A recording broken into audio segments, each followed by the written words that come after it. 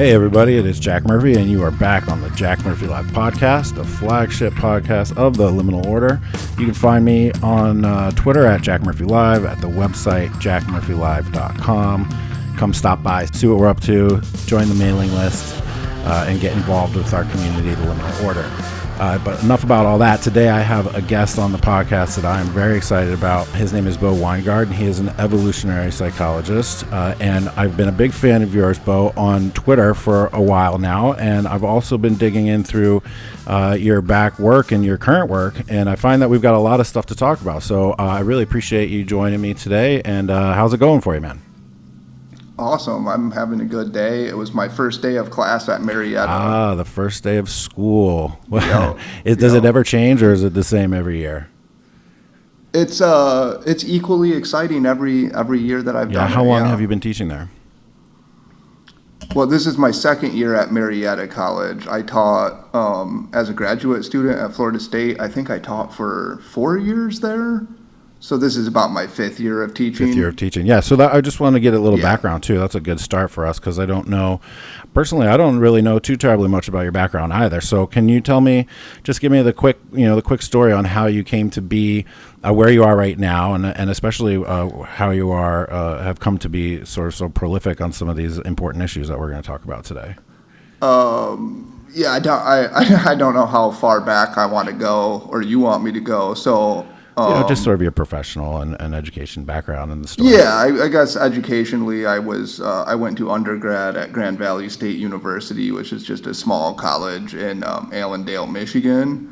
And I've just been a reader for most of my adult life, prodigious reader. I like fiction a lot, poetry. I was actually in literature for a long time, but I was also interested in evolutionary psychology, biology. And I tried to find the field that would allow me to sort of synthesize my disparate interests. So I thought psychology is sort of like a focal point where the humanities and the hard sciences come together. That's what I thought, at least. So that's why I got into psychology. Has that perspective changed at all since you got into it? It's changed a lot, yeah. How so? I've become more skeptical of most psychology, and I've become more interested in, oddly, both history and genetics. I see as sort of the more important fields now for understanding human nature. Right. And I think that a lot of people are getting that same sense, right? And as our ability to learn more about our genes and how they play out in our day-to-day lives and our culture and society, I think more and more people are starting to get that sense as well. How has that affected your, sort of your work in your field and your progress as an evolutionary psychologist? That's an interesting question. So I guess. So I still think evolutionary psychology is an important intellectual edifice. It's an important sort of, because genetics, they don't really make sense without understanding natural selection and understanding evolutionary theory. So evolutionary psychology is still sort of like the foundation of my thinking. But then just as far as most like traditional psychology, you think about lab studies and these sort of theories that aren't as grounded in evolution, I just don't have a lot of confidence that they're true or that they're actually explaining much, and that we have replication crises, right. And a lot of the effects that we get are kind of small, and it's not clear what they mean. And then I look at genetics and I see how much their field's actually progressive, it's advanced, they're making new discoveries. Every year we're getting more associations between SNPs, as they call them, single nucleotide polymorphisms, and behaviors or traits, and it's just amazing what they can do, and that you're doing, ancient DNA from Neanderthals, and we're looking at, we know that Neanderthals and mostly non-Africans interbred. These are things, that's like tangible progress, right? That's knowledge that we've actually accumulated. Whereas I look at social psychology and I'm like, are we any better than we were in 1950? Right. Do we know a lot more? I mean, maybe, and I don't want to disparage social psychology too much. I'm a social psychologist. Technically, that's what my dissertation, my doctorate is in, but I'm pretty disgruntled with the field of social psychology. I think I've learned more from reading history books than I have from reading social psychology textbooks. Well, it's interesting. I heard Peter Thiel and Eric Weinstein talking about how there's been a lot of progress in the science of bits and technology, but not a lot of progress in the science of physics.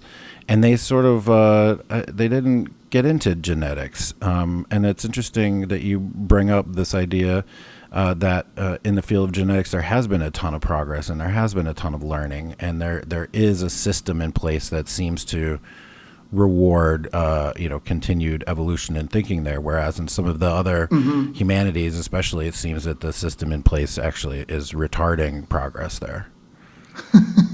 Yeah, so I think the thing with genetics, right, is it depends because there's sort of the smaller level, and then there's the more broad theoretical perspective. And so in the theoretical perspective, I actually think the field, although it's constantly making progress and it's figuring out how human groups cluster and ancestries, etc., actually the theoretical conversation is retarded by the same political concerns that actually, in my opinion, stultify progress in the rest of the social sciences, right? The concerns about race, about group differences, those things actually do arise, but it's just they don't affect the concrete analyses. And so you get progress in the concrete analyses, but then when people talk about, like, what does this mean, et cetera, and I can give you an example, right? For example, in Nicholas Wade's book, A Troublesome Inheritance, which was published, I think it was 2014, it might have been 2015, it was, I would advise any of your listeners who are skeptical or who have heard bad things about it or read bad reviews about it to read it for themselves. But there are some problems with it, but it's a pretty good account of what we know about race today. And it was absolutely excoriated by population geneticists who ended up writing, I don't know how many signed it, I think 160 or some, maybe even more, signed this open letter denouncing the book, and it got published in the New York Times. And it's just tragic to me because it's a book that it's judicious and it tries to do a good job of sort of bringing population genetics together with what, sort of racial thinking for the past 100 years or whatever, and putting this together in a synthesis that was really interesting. And so that's unfortunate. Could you like give a quick summary of what you're talking about there? Because for people of Wade's book. Or just the sort of your takeaways from there that you caused you to remark on it here. Yeah. So, it was interesting because I kind of got into thinking about human variation and maybe in earnest in maybe like 2012 or 13. And I didn't want to write anything about it because I didn't want to get myself in trouble and I wanted to get a job after I got out of grad school. And so I was kind of just sitting on it and thinking about it and reading more about it. And then I heard this book was coming out from Nicholas Wade, and he was a respected science journalist at the New York Times who had been writing about human evolution. And in fact, he had written 2 books previously about human evolution, Before the Dawn, and then one about religion that I don't recall the name. So I was really excited about it. And so the basic framework looks something like this. Humans, this is a simplified story, but something like this, humans evolved in Africa and somewhere in, probably Eastern Africa. I mean, exactly where it doesn't really matter, about, let's say, 200,000 years ago or so. And about 60,000, 50,000 years ago or whatever, spread out up through the Middle East. It's complicated because there's a lot of admixture, groups in Europe mixed with peoples from the steppes, etc. So it's a complicated story, but humans, inhabited many different regions of the world that had different selection pressures, right? They were colder, they had long winters, they had different flora and fauna, they had different amounts of ultraviolet radiation, and what we would expect from natural selection, pretty straightforward, is that if you evolve in relative isolation, again, there's admixture, there's breeding going on, but groups from Scandinavia, let's say from 3,000 years ago, a lot of those people are in the same basic area, their ancestors, right? So you evolve under different selective regimes, you evolve different traits. You get different skin color, you get different hair texture, you get different nose size, you get different cheek structures, you get all sorts of different things. Adaptations to altitude you get among Tibetans, Ethiopians, I believe, and somewhere in South America, all these different adaptations anyway. So you get different groups, what we call races, those are the broader categories. So you can say continental races, and you're just talking about Africans, Asians, Northeast Asians, Europeans, Oceanians, and American Indians, or Amerindians, or Indians, Native Americans, whatever. And then you can subdivide those further, and the basic idea is we would also expect psychological differences among these groups. Not huge differences, right? But just slightly different traits here and there, different propensities. And that's what Wade argued. Wade argued that's what we would expect, and indeed that's what evidence suggests. And the reason Wade thought it was really important, the thing he seemed to think was very interesting about this, was it suggests that different groups of people, however you want to categorize them, races, human populations, whatever you want to call them, create slightly different cultures because of the type of people they are, right? And so Asians maybe are a little bit more agreeable, a little bit more conformist than Europeans, so they create slightly different cultures than Europeans create. And although they have very small differences in individual traits, when you aggregate the people and you create a culture, that can lead to very big cultural differences, right? Yeah, so that's the basic framework that Wade had. I had already come to this conclusion. I'm sure Wade had come to it a long time before this, but I was already ripe for this idea. I had these very similar ideas that I was thinking about. And when his book came out, I think 2015, I decided to go public. I wrote a review of his book, right? I was like, all right, whatever. I'm going to write a review of his book and be honest about it with my brother. And then I was like, you know what? These ideas are just too good. They're too explanatory. Somebody needs to write a very good sort of popular article on this. And so I eventually, with my brother and then another professor, Brian Boutwell, we wrote an article about it. It eventually got published in Evolutionary Psychological Science. So we wrote that article, and I've just been fascinated by this ever since. And as you can see from I think the review, one of the things you said we'd talk about, probably the review of the Saini book. Race and Racism, also, the Science of Race. Yeah.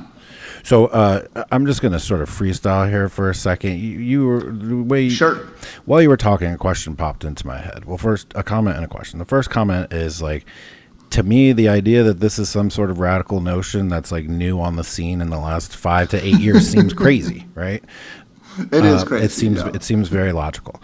The second thing was, and this is kind of just out of left field, but if the aggregated differences result in slightly different cultures, does that mean that perhaps these aggregated differences may also lend themselves to people thriving under various forms of government then also too? Yeah, so let's try to pin that question, because that's a great question and something that I've been thinking about lately. I want to note something about the first comment you made. The first comment you made was about how this is some radically new or idea or whatever. It's just bizarre to you.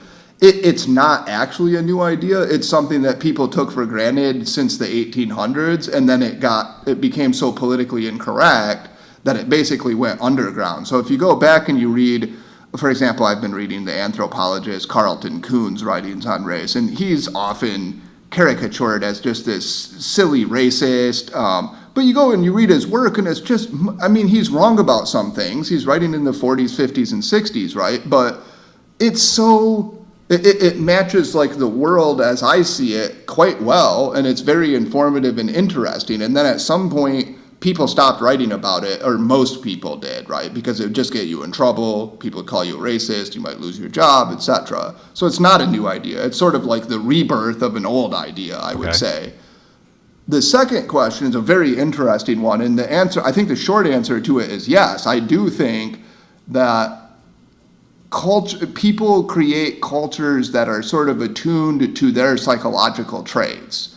And so it makes sense to me, and we have to do a lot more research on this, of course. I mean, I qualify it by saying I don't know. This is speculative with some evidence, but it makes sense to me that, yes, if you put, say, a bunch of Japanese people together, they will create a culture that is different from the culture that a bunch of German people will make. And it's different in a way that suits their needs and tendencies. And that means, I think, and this is something that I'm kind of grappling with now, that universal liberalism maybe isn't the ideal for everybody. Now that doesn't, and now this is interesting, right? Because when I had this tweet about this and people went crazy on it and were saying, oh, are you saying human rights aren't universal? No, I'm not saying, I'm just saying that maybe certain people, like what we would consider an unnecessarily authoritarian social structure, might not be to certain groups of people, right? And would that also apply sort of to the strata within the same group? What do you mean by that, like, exactly? just sort of in the hierarchies within the same groups, right? Like maybe people with different cognitive abilities, different emotional makeups and whatnot may be more inclined to thrive under certain governments or regimes and all the alternatives as well. What's crazy is I wrote down this question while reading your stuff and I scratched it out because it's too dangerous to ask, but I'm going to ask it anyway. And then we can actually just ask the revised question. The first question was, does everyone deserve freedom? And I scratched that out because, man, we can't start talking about that. So let's change it to, does everyone thrive in freedom, right? Right, okay. Because does everybody deserve freedom sounds as though freedom's like an unbridled good, and like if you're a decent human, you should get it, but maybe if not, you don't deserve it or something. Right. So yeah, I think the second question's better, and I would say no. I would say they don't. I don't think that there's strong evidence that. Now, I mean, the thing that's hard about this, right, is that the word freedom, especially in the United States, just sounds as though it's an unalloyed good.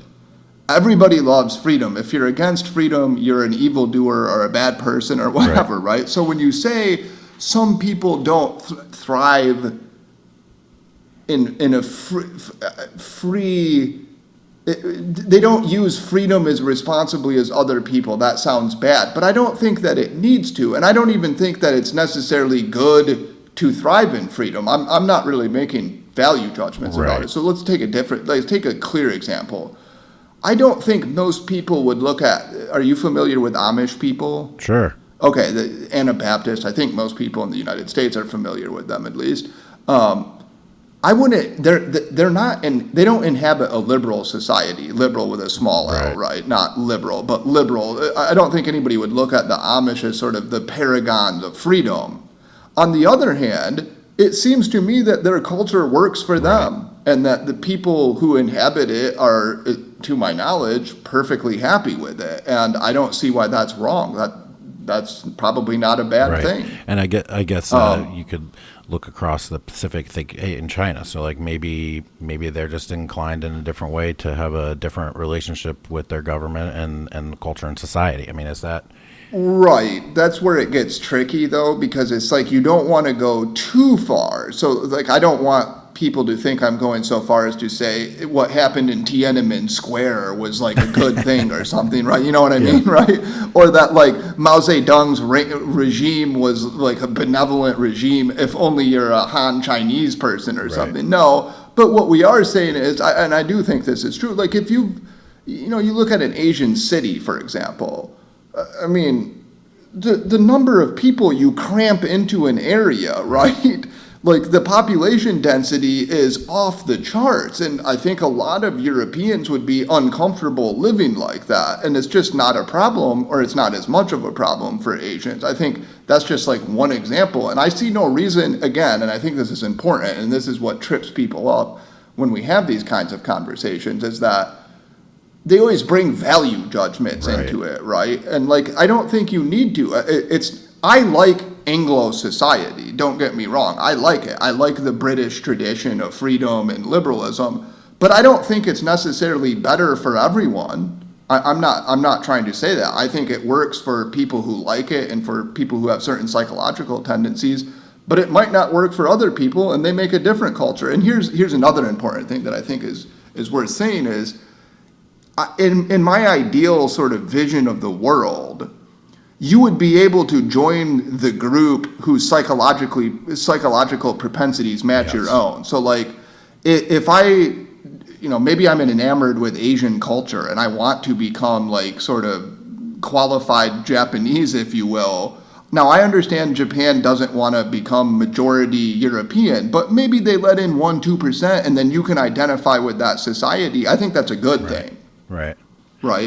Well, all these things, good, bad, by what measure, right? That's right. Okay. That's the other thing. And I, again, freestyling here, like we use our economy, we use GDP, and growth, and I'm like, well, okay, that's good, but who is it good for? Like, what are the metrics that we're using to analyze whether or not something is positive? Right, always difficult. Yeah. I think when I say that, I generally have in my mind like some sort of idea of human psychological well-being. Right.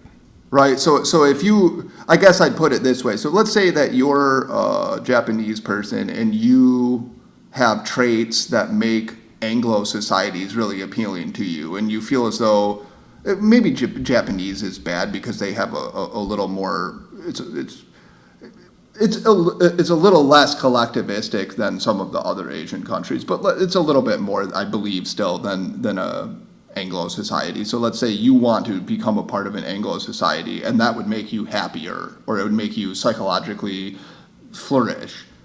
I would think that's good if you can. Then, if you're allowed to flourish in whatever way that is, that's what I would try to promote.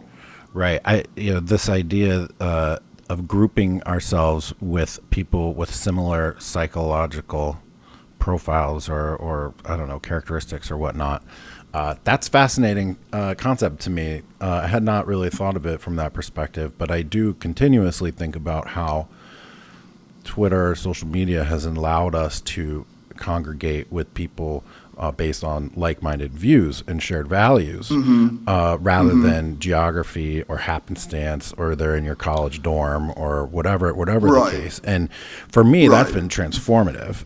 It's really, and that's sort of the foundation for a lot of the work that I'm doing, which is like building communities around shared values that transcend geography and all the rest. And something you said also made me think, and also in doing some reading of yours today, if are the psychological characteristics of the group prone to change, and if so, does that then mean too that the type of culture, society, government that is best suited for those people would change over time as well? Yeah, I think that I think there's good evidence that it does, at least to a degree. So there's research by there's some researchers I really like in modernism, or I guess modernist theory, Ronald Inglehart and Richard I think it's Christian Welzel, excuse me. And they look at the way values change with existential security and affluence. Basically, like the more safe you are, the more your needs, sort of like a Maslow's hierarchy almost, right? The more that your primitive needs are taken care of and the more secure you feel, the more people tend to value self-expression and secular values. And they have pretty good evidence that this is a trend that occurs in all societies, or pretty much every society. They look at world value surveys and other data sets, and that would suggest that, and also what's interesting that they found is that there's sort of like a critical period during which your values are kind of set, and it's, let's say I can't remember exactly, but let's say it's like between 8 and 18. So like if you grow up in this environment during that time and then the environment changes, you tend to keep the values that you grew up in, the sort of like it. And what that suggests is that it's some sort of psychological calibration to the world you inhabit as like a teenager in some sense, and then your values are roughly shaped by that for the rest of your life, basically. But it does suggest that as society gets wealthier and people are more safe and they can take care of needs, food, shelter, etc., they are going to change. Their traits do change a little bit. They do because they want freedom more. They want to be able to express themselves. Those kinds of things matter more to them. And that does suggest that the optimal society, like say you're in a society, it changes. Right. It changes for the next generation, and each generation changes a little bit, right? And I mean, I guess this is sort of common sense that the younger generation always rebels, right? They always they go against these values and stuff, and there's something to that apparently. So yeah, that's an interesting thing. Does that? I'm just crazy maybe, but like to me then that sounds like a constitutionally based government anchored in time would be problematic. Yeah, well, that's a good. So the way I think of a constitutionally based government is that it should be sort of the bare minimum structure that you need to preserve some sort of order in your society. Yeah. And I mean, I guess I'm personally, I mean, I don't have a strong political identity, but I tend towards some sort of Burkean conservatism, so I'm generally cautious about change. So I think it's good to change slowly and to attempt to preserve what's working. But there is inevitably going to be this conflict that younger people, they're going to want to dye their hair and get a lot of piercings and tattoos and express themselves, and they're going to care more about symbolic things. We think it's all about like, well, you should be caring about the economy and financial things. And to them, it's like, no, you should care about opinions and symbolic expression, and maybe even this explains partially virtue signaling, because to them that's really important. Do you have the right moral opinion is something that's more valuable to somebody who's 17 and grew up in a completely affluent world in which you didn't have to worry about where you're going to get the meal tomorrow, Right. This dovetails very nicely into the conversation I wanted to have with you about your writings on the West, the Enlightenment, and the death of liberalism. Yes. You want to just sort of give a little background on that big piece you did for Quillette, sort of like set the stage for us here? Because there's a lot of fascinating stuff in that piece, man. Which one specific? Which one? Because I think there were two. There was one was like the twilight of liberalism, and one was progressivism in the West. Yeah, I'm combining the two because I think they're related, right? So. Yeah, I think yes, yeah, that's fair. Because people have been saying, I come from the backwaters of the internet originally, right? Like, and on the fringes for years now, people have been saying that progressivism and liberalism the progressivism that we see today is leading towards, an erosion of Western society. And to say that 5-8 years ago, you were just, absolutely insane person. But people, more and more well-respected folks are starting to acknowledge that this is the case, and that our American politics currently are leading in a direction, at least some factions, antithetical to the actual society and civilization that we were based on, and that we are sort of the torchbearer for. So this is a very fascinating moment to be aware of what's happening, and your two pieces together I thought were really relevant and timely. So let's dig in. Well, so that's interesting because I didn't participate in the backwaters of the internet, so I don't know what people were saying there.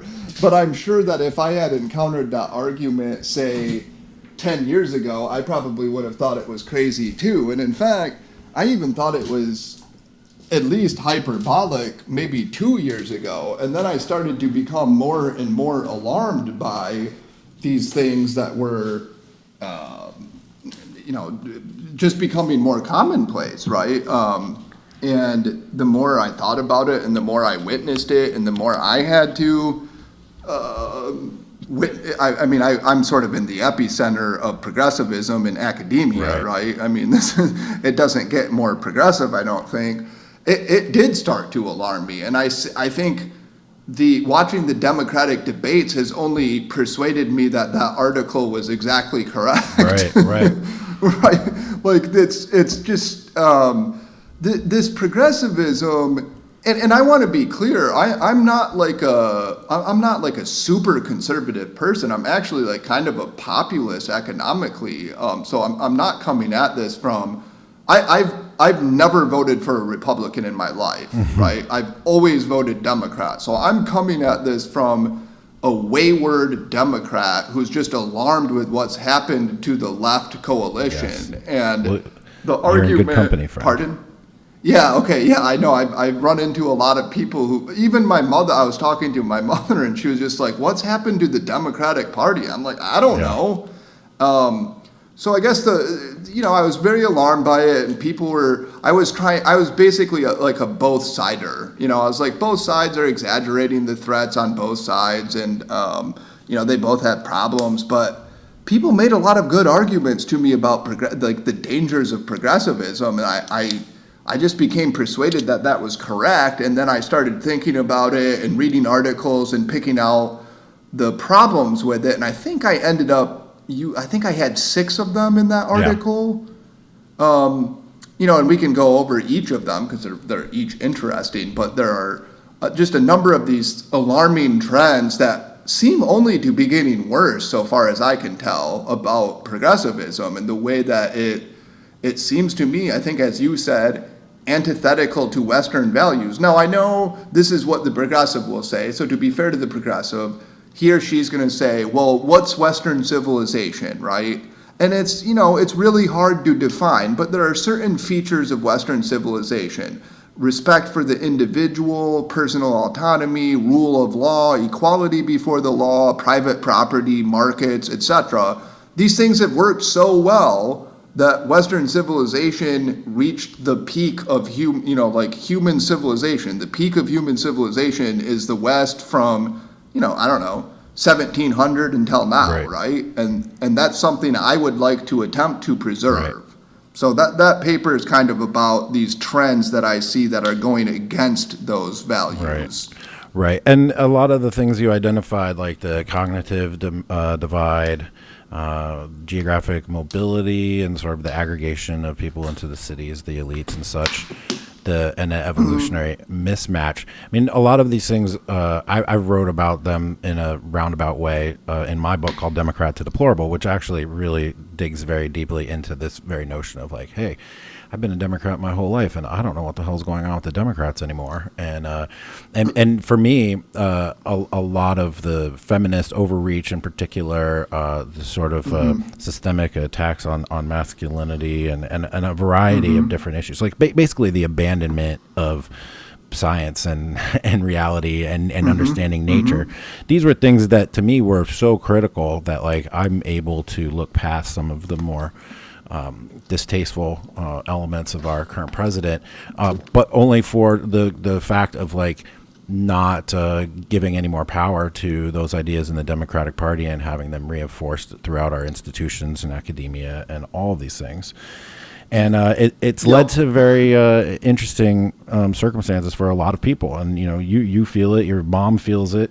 Lots of people who would never in a million years have considered themselves to want to vote Republican are taking a hard look at it because this stuff is actually against why we're here. It's like if an abandonment of science, an abandonment of reality, of disregard for nature, of total blank slateism, except as selective blank slateism, as I think I read that you had written at one point. I think I call it. I don't use the term anymore just because it gets into a bunch of like people get into debates about the term. So I just say environmentalist. Okay, there you go. But it is. Everything you've said. I think. In fact, I was just thinking about this and talking about this. Trump uses crude language, and a lot of the populists around him do, and they talk about the elites this, the elites that. But the fact of the matter is there's some truth to what they're saying, Definitely. Right? There's usually some truth to any kind of propaganda. So let's say this is propaganda, but let's look at the truth of it. And a lot of the things you're talking about, let's say feminist overreach, as you called it, What's happening here, it seems to me, is that the 2% of the most educated elite part of the population, that top 2% or whatever, they have such an outsized influence on culture because they have access to the media, to the internet media, to all of the mainstream media. And not only are they're not content with just having like almost a monopoly there, but they moralize so much that if you forward alternative views, not only do they just try to kick you out of it, but they try to call you an immoral person, you're a sexist, you're a bigot, and I agree with, I mean, it's just odd because if you like, I have friends who aren't in academia or aren't a part of this sort of elite, and they have no idea what's going on, right? They like traditional sex roles, right? Like they like men being masculine and having some kind of outlet for that, and women being feminine, and they don't think that it's bad that you would stay home and raise kids. They're not forcing their wives to, but they think that these kind of sex roles give people meaning in the world and a way to sort of channel their sort of natural proclivities, if you will. And I think that's really important. I was actually talking about this yesterday with somebody, just how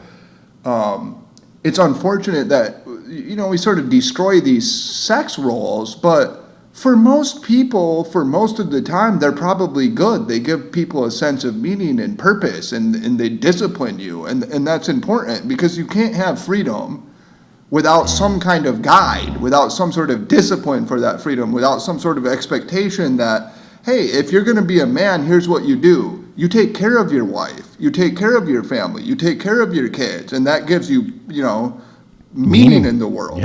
Yeah, exactly. Like my dad would take me hunting and teach me how to shoot and like do these things that like gave people meaning in their traditions that are really important for people. And when you eradicate those traditions so quickly too, that's the other thing that's kind of alarming to me about this is it's happened so quickly. Like I was thinking, compare the 2016 Democratic primaries to the 2008.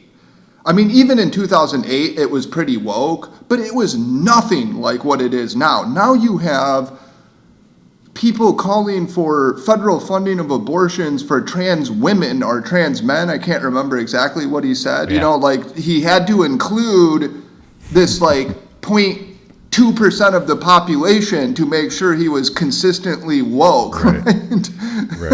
And I just think it's really unfortunate. I mean, I guess I'm going on a tangential rant, but I will say that okay, so here's like a thing to add to that too is like I have no problem with transgendered individuals at all. I think I knew them growing up and I never even thought about it. But this sort of elite movement has turned it into this divisive political issue in which now when I think about it, right, I don't think this is just a human. I think, this is a political group now, a lobby that's trying to make it so people can't say simple biological truths about the world. And I think that that's incredibly destructive because it makes it not about individual dignity, which is what it should be about, which I would have thought about before, is just like, look, if this person wants me to use this pronoun, I will. It's not a big deal. We treat this person with respect because, of course, we should be nice to people.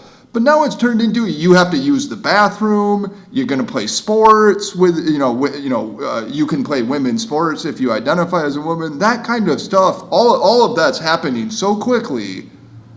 And the debate about it is mostly silenced. You can't even have the debate, which is another problem. It's the same thing with immigration, which maybe we can get into. But like these are issues where you're not even really allowed to have the debate, and that's what really disconcerts me about it. Right. Well, freedom of speech and ideas and competition of ideas, these things are, not allowed. You're not allowed to have a competition because you're not allowed to have hierarchies because hierarchies are bad. I want to get into hierarchies with you in a second, but I want to just go back to this concept of guardrails.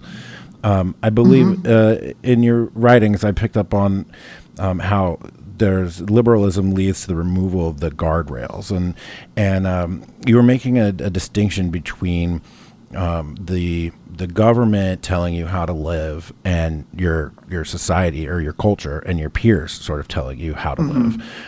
The former bad, the latter good, right? Like we need like checks and balances and norms and customs culturally enforced culturally, like Peterson with his the enforced monogamy concept that blew up last year, I remember, and that these guardrails are coming down, and so what's going to happen, and where is that leading, and what is the end product of liberalism anyway? Is it no constraints? I mean, is that the goal? Is the goal to be unconstrained, period, without regard for the outcome? I think so. I mean, that's the problem. It's right, and this is where I am sort of politically and so many issues right now, which is the process more important or the outcome more important? And because I'm really struggling with that, because maybe yeah, that's a really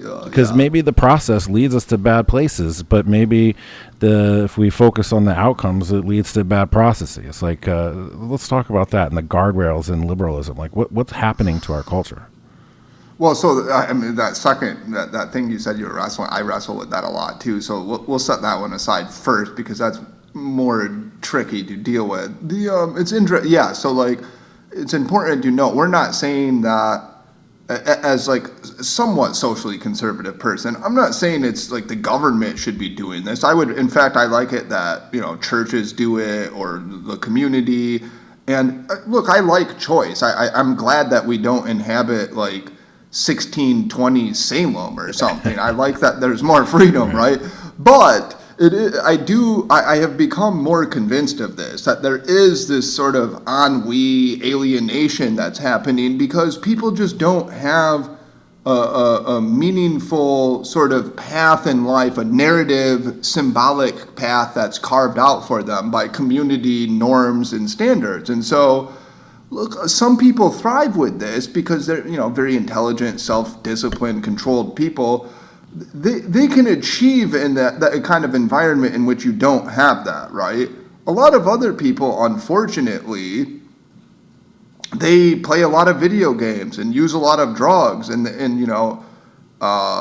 they're 22 and they have nothing going on in life. And I don't know what I would do either. I mean, because it used to be, let's say you're a 24-year-old male, you sort of had this idea of what you were going to do. You were going to go to work, you were going to have a wife, you were going to take care of your family, and that would give you pride. People would look at you and they would say, Bob Jones takes care of his family. He's 30, he works at the furniture store, he's not some hot shot, but he's taking care of his family and his kids, right? And that's meaningful. I always think of are you familiar with the show The Wonder Years? Oh man, you kidding me? When I was growing up, I was the same age as the characters when I was growing up. Oh, okay. Awesome. Yeah, so like I mean, what's interesting is I rewatched that not too long ago.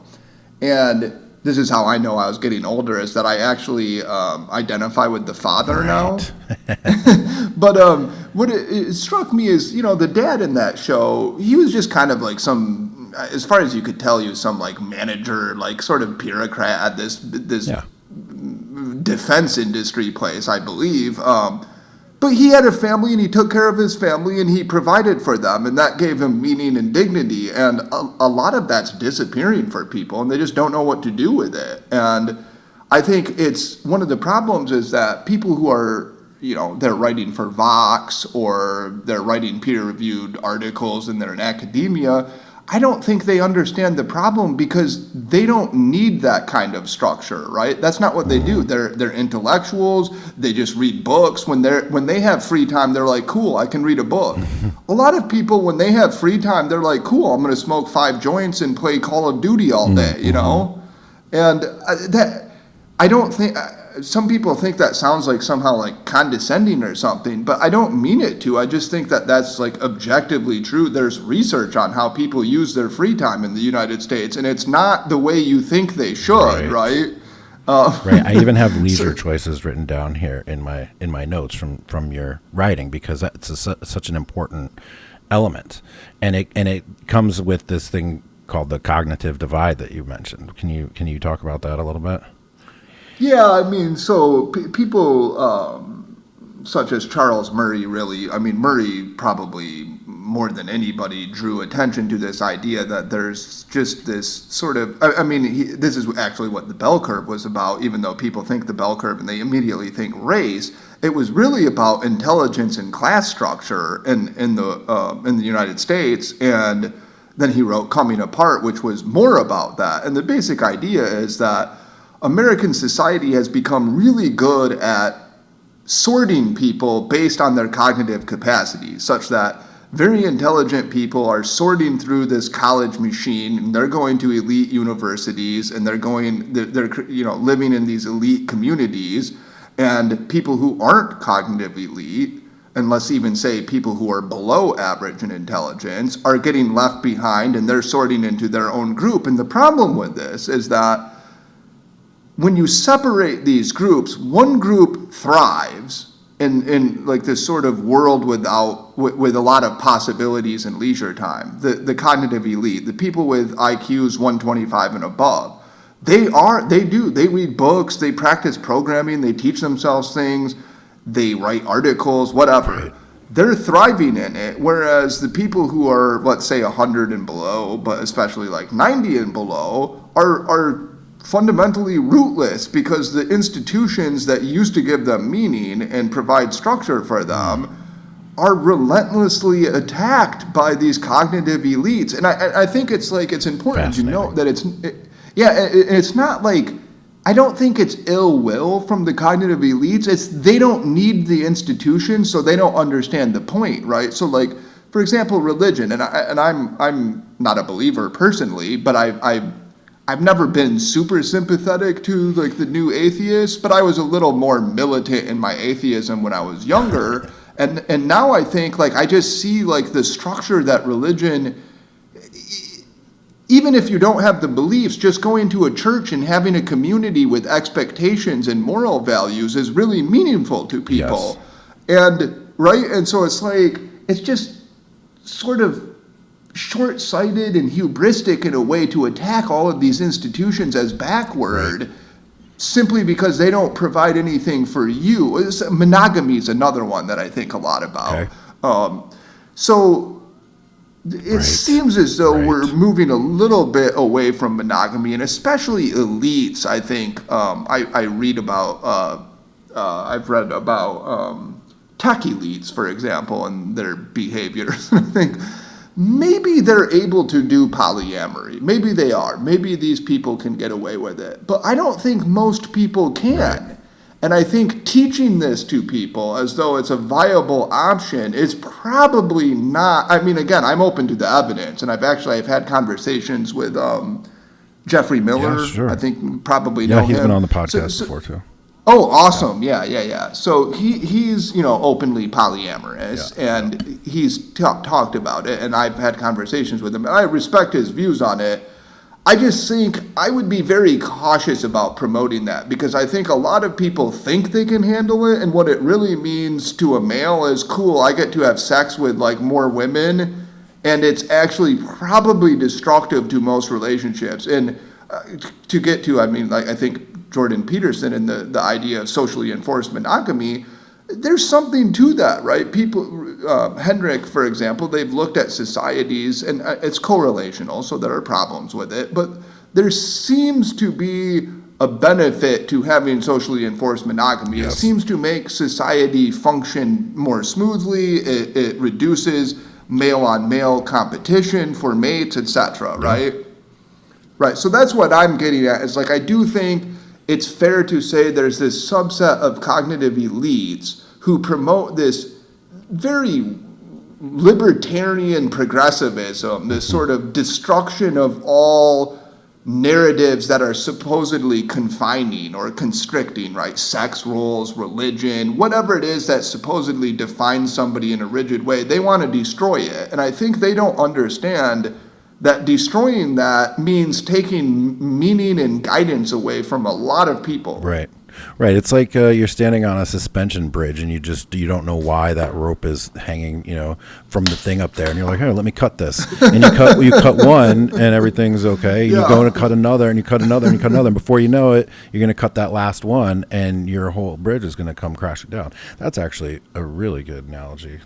I like that, except for to make it work, it's even the elites are like held in a different area. So the ropes they're cutting don't hold them. They hold everybody else, right? So we've really covered a whole lot of things here that are personally important to me and things I've been chewing on a lot. Like personally, I've practiced some form of, I would call it ethical non-monogamy over the last 10 years.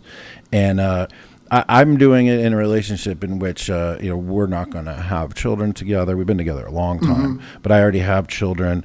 And so we have different goals and motivations than people who are coming together in their early 20s and seeking to form a family. I would not recommend polyamory or open relationships to people who haven't had a bunch of relationships, have low, sexual partner counts, and are seeking to build a long-term stable family unit. Like, no, like even Jeffrey Miller, he has grown children, or at least one. And so he has different motivations for his relationships. And I would think that he too would acknowledge that polyamory is, not fringe is the word I'm looking for. It's that word that means not the normal thing, and it always sounds like a bad word. Anyway, I'm getting old. It's atypical. Atypical, yeah, but whatever. I don't know. Yeah, and so it's just it's just by definition something that's on the fringe and not the best thing for everybody. Sure, but now what I wonder about that is here's my question, because I've had this conversation a lot, and personally, I think I'm just I have some conservative tendencies myself, so I think monogamy is probably the best way to do it, at least for me. But although I can understand I understand it, I guess I would to me, it's like using drugs. So I think there are people who can use cocaine and they won't get addicted. They use it Friday night, they take a bump or something, they feel good, and it's great for them. I don't think you should encourage it, though, right? It's something where if you're a type of person who can handle it, you'll probably figure it out. There's no need to tell society that, hey, we should be encouraging people to try coke because it's great. Right? That's how I think I feel about polyamory. It's look, if you sort of stumble into it or you figure it out or whatever, okay, cool. But I don't think we want to mainstream that. No, definitely not. And even as I have written about ethical non-monogamy plenty, I still always caveated it with this really doesn't apply to most of you. In fact, this isn't related, so move along now. But interesting. But it also, all this is, we talked about this earlier about changing psychological characteristics and then what the best kind of society would be, and then talking about how the continental groups, races or however you want to describe them, have slightly different makeups and then therefore maybe have slightly different cultures, society, and taste and preference and whatnot. And then we start talking about, well, would that apply in the strata within those groups?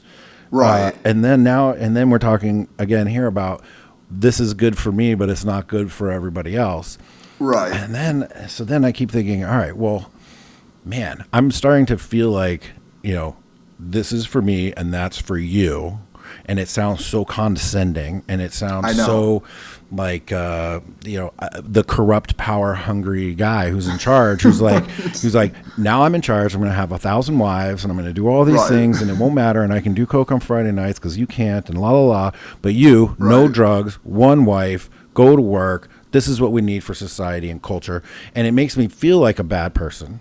But I don't know. Does the evidence suggest that maybe there should be and are and always will be? I mean, the Epstein thing, throws another wrench in this sort of. What are the expectations of us as humans, and where do we find meaning based on our class level or race even or IQ or what, right? Right. So so much there that you could write thousands of pages on this and it would still be interesting, right? But one thing I was thinking about with that is kind of why I think there's a tendency for the elite in societies to live a kind of debauched life that is rather repellent to ordinary people, This is kind of a theme in history. And I feel this way when I was reading. They had something they called I think they called them cuddle puddles. I was reading this book about I think it was a woman from the tech, just talking about sort of bro culture in the tech industry, and it was actually something I was kind of unsympathetic to, because I was like, oh, it's just another thing about how these people are so sexist. But it was actually, I mean, maybe it was exaggerated, and some of the claims were, neither here nor there, but there was something eye-opening about just the degeneracy, the decadence of these just immensely wealthy humans, and the just hypocrisy, right? And it strikes me that there should be maybe some moral discipline among people who are lucky enough to be the elites in society. And no, I don't think that means, I do think, look, if it's hard, because I'm almost recommending, if you can have a bump of Coke on Friday, hide it from people. So I'm almost advising hypocrisy to some degree. Right. But I think Jordan Peterson's take on this is kind of noble. If you're Dwayne "The Rock" Johnson, do every dude a good deed and stay with one woman, man. Right. Discipline yourself and or leave some for the rest, basically. Yeah, exactly. And I mean, it sounds, and I'm not trying to make women sound like resources, but look, they are, and they've been fought over forever. Yeah, right, exactly. So in some way, you can think of it that way, right? And it's if Bill Gates has 600 wives, then that's 599 fewer for other people, right? Which is the exact thinking behind the notion of culturally enforced monogamy, right? Right, exactly. Is that in a world left up to pure, sexual dominance and, for lack of better terms, alpha males, acquiring all the mating partners, then you're going to be left with a destabilizing force of, mateless men. Yes, exactly. That's exactly right. And what's interesting is that this relates to economic redistribution, and this is why I find it interesting, because people have contradictory views on these often, but they're really the same thing. It's if you have too much if the economic distribution is too disparate, right? It destabilizes things. Correct. You can say it's libertarianism and this is how the market allocates it. I don't care if people feel as though you've got $1 billion and they've got not a lot. They're going to be angry about it, right. And same thing, if you have 5 beautiful women and they have none, they're not going to be happy. Right, right, and with the mating too. I mean, it goes even beyond them just being upset. I mean, at least in my understanding is that married men with a partner are far more productive economically and safer and saner and healthier. They also have lower. They're much less. Yeah, they're less violent. They don't commit crimes. Yeah. Especially having children also disciplines men. Yes. Yeah, which I think I've picked up on the same contradiction that you alluded to before, which is on.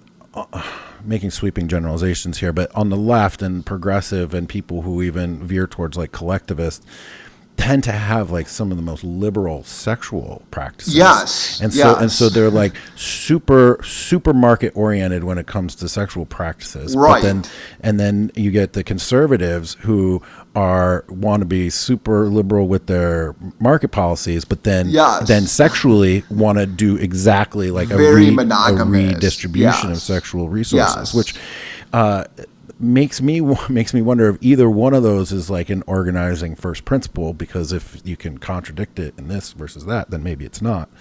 And then just provides for endless laughs and discussions and just consideration. I mean, again, I went to George Mason for economics, so I'm well steeped in libertarian education. I've shaken a lot of that out of my system over time. Happened also when I went to Georgetown for grad school for international affairs. So I got both ends of the perspective, and maybe that's why I'm heterodox and interesting person to talk to. And so and I've been struggling, and this is sort of tying it back to that question that we pinned. The process or the outcome, and as I see sort of the takedowns of libertarianism happening, and this the adherence to the markets as a sort of religion or sort of mystical force, right, for good, and whatever the outcome is the good. And then looking at like my individual freedom and liberty and others' individual freedoms and liberties, and then thinking, all right, well, how do we get to what's best for the end? And is the Adam Smith stuff, is that dying? I mean, I hear conservatives, Republican sort of MAGA types talking sort of in terms of like socialism and like, taking the endowments from colleges and populist thinking combined with conservative thinking, which is not necessarily libertarian thinking. And I've never been less anchored, I think, than I am right now with these questions. I'm very unanchored myself. There's a lot there. One thing I would say about Adam Smith, right, is it's important to put Adam Smith in his time. Right. Adam Smith is writing in a completely different environment from the one that we inhabit. And so as I think people, Adam Smith this, Adam Smith that. There wasn't concentrated corporate power in Adam Smith's day the way that there is now, right? He didn't know, there's nothing like it. So it's, I'm skeptical and cautious about organized power in general. Yeah. But sometimes it's useful, and I'm very skeptical of libertarianism. That's like, I've never found the idea of libertarianism. I mean, maybe when I was 19, I was kind of libertarian-esque, but it's very unpersuasive to me. I'll put it that way. Now, your point about the contradiction is really interesting to think about, though, with the sexual thing. I kind of want to hone in on that. Let's do it. Because the thing you said, and I was thinking the exact thing you said. So progressives tend to be very redistributionist about resources, economic resources, but then very liberal about sexual behavior. In fact, so liberal that many of them openly promote some sort of non-monogamy. And this goes all the way back to the hippies, right? With the idea, I remember, in fact, there's a Wonder Years character, and they say, like, the idea of, like, of marriage is like, it's like you're owning somebody, and that's like bad, right? Just this idea of sexual ownership, but it contradicts, the two contradict. But I think the reason progressives don't see that is because they think that it's wrong to think of of women as, in some sense, a sexual resource, right? They view that as demeaning and objectifying women. But what they're not seeing is that it's the same thing with economic redistribution. You're taking money from somebody else.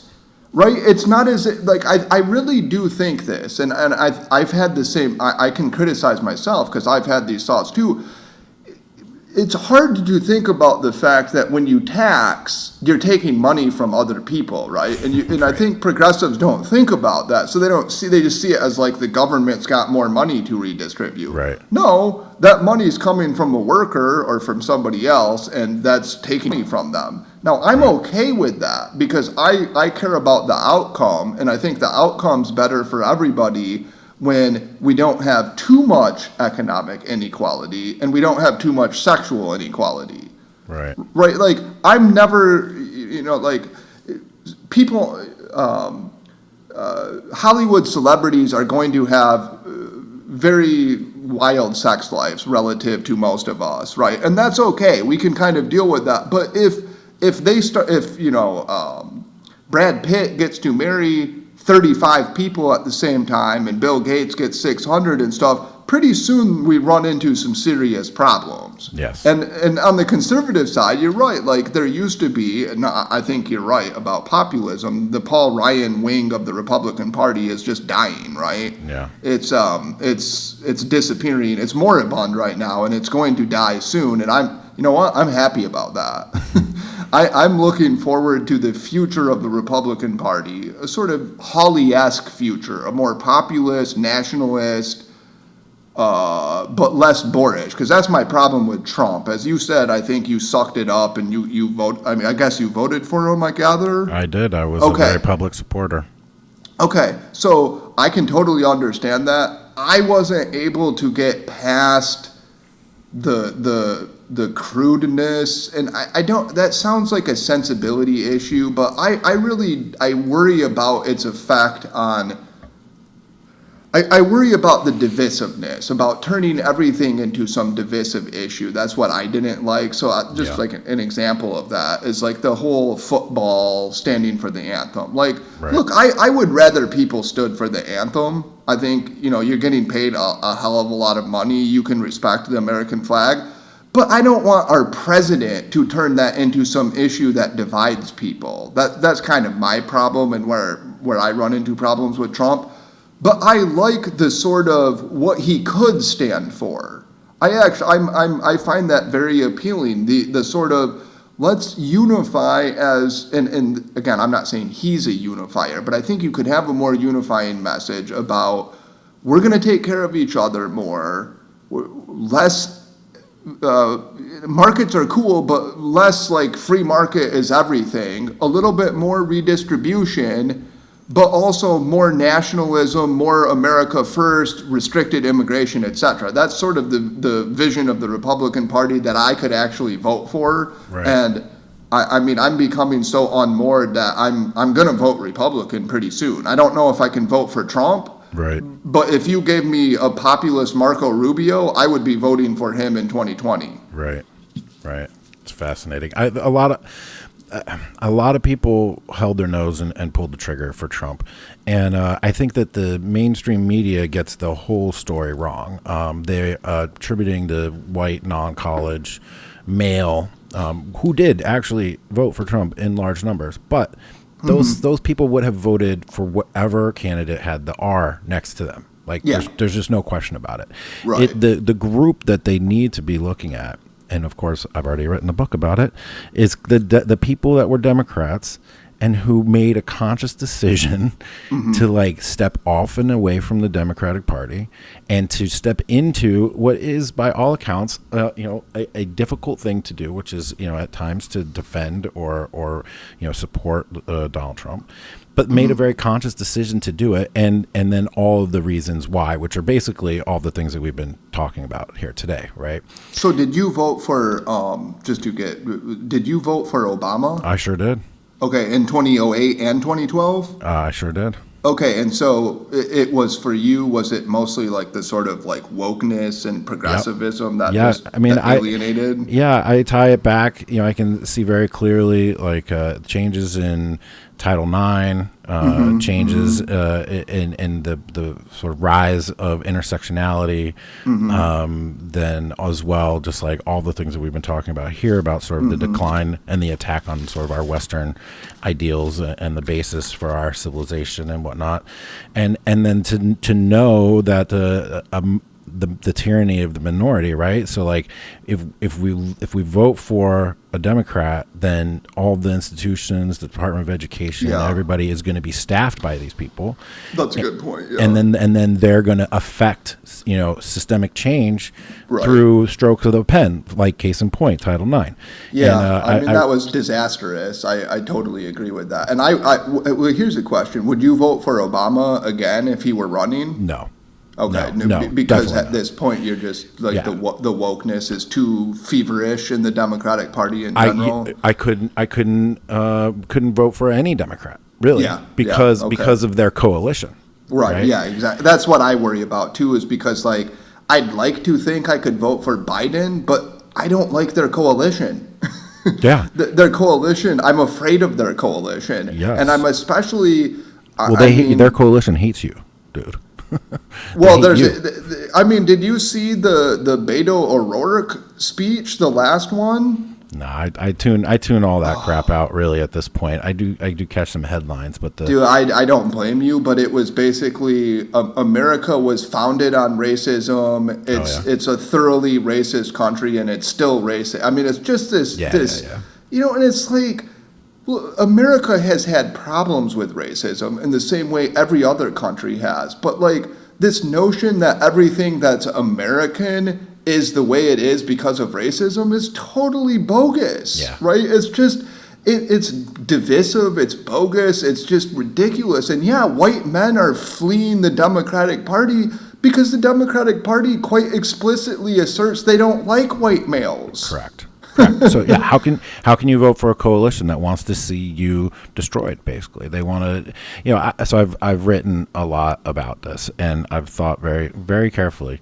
And the core of intersectionality, which now is basically like the new moral code of the progressive left, identifying everyone by oppressor and oppressed, and then the various different levels of oppression, and of course, the intersection of all of those things. Right. And in Kimberly Crenshaw's watershed paper on intersectionality, she says right there, she says, white male power is implicit and understood. It's like, that is the moral and religious core of the progressive left and the resistance. And right, and to them, I'm sorry, I'm interrupting. No, go for it. I think this is a good point, and something we're thinking is that Anglo society to them is white male power, right? That's my problem with it, because what they're identifying isn't, in my opinion, white male power. It's Anglo society, and yes, Anglo society is predominantly white, but it's not exclusively white, and it's actually gone out of its way to allow people who aren't white full citizenship in our society. And that's the thing that boggles my mind, is just the United States. We'll just stick with the United States and call it an Anglo society, because it basically is.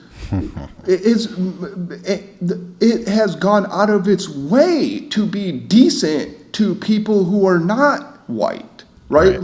Bend over. Now, look, obviously there are sins in the history of the United States. Nobody's trying to pretend that slavery was a good thing, to my knowledge, and nobody's saying Jim Crow was awesome.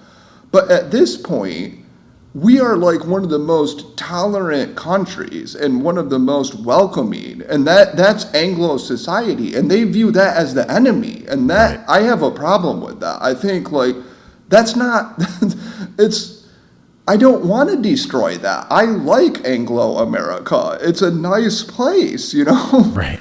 And it's bad. This is the thing that's sad too, is that I almost feel bad saying I like Anglo America, like I'm saying something immoral to say that. Right. Well, no, you're a Nazi now, dude. Right. I know. It's just terrible. It's right, and so we can't have those people populating our institutions and sending. But they already do. Well, I know. So, in fact, but we can't make it even worse. We can't. These new strands of thinking, though, are the ones that have really, really appeared since 2010, 11, 12.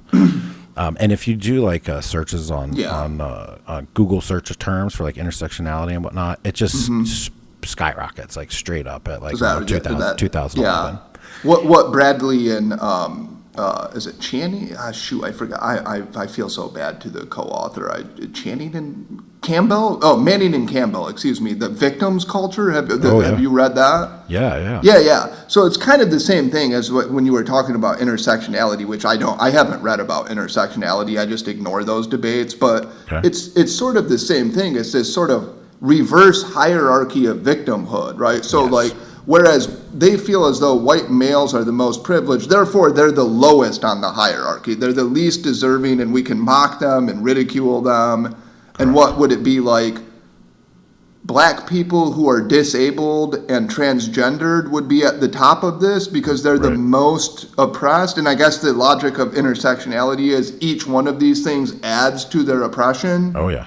Okay. Yep, the intersections. Right. And don't you think, this is what I think, and I think the unfortunate thing is that this teaches people to be victims. And oh my God, yes.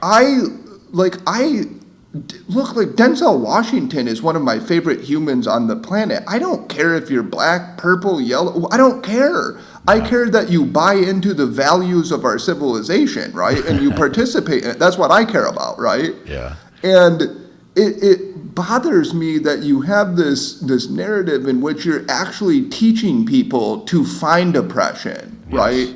Yeah. Yeah. So as a Gen Xer, I tweeted the other day, Gen X, the only generation to be taught not to consider race or gender. And, prior generations, they were always, talking about race from a the power side of it, right? And now the successive generations from us are talking about it from the oppression side of yes, it. And so everybody around us talking about it, except for us, Gen X, be colorblind, okay, right? Yeah, and then that wasn't enough. And that's. Have you seen that meme? There's this meme. It's an excellent one. It's basically it's called "Everything is Racist," and so it's like. It's like if you see color, that's bad and you're racist. But if you're colorblind, that's bad and you're racist. Exactly.